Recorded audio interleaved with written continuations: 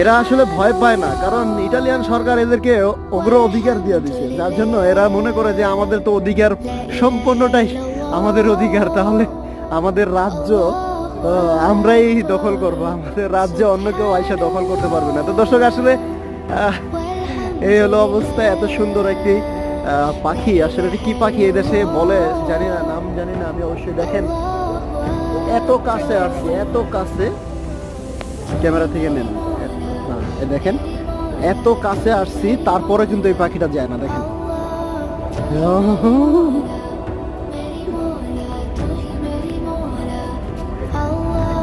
রে, তোর নাম কি, বাড়ি কোথায়, ইটালি? হ্যাঁ, যাবি আমার সাথে? এদিকে তাকা, এদিকে তাকা, আরে এদিকে তাকা, রাগ করিস না, তাকা এদিকে। কাকা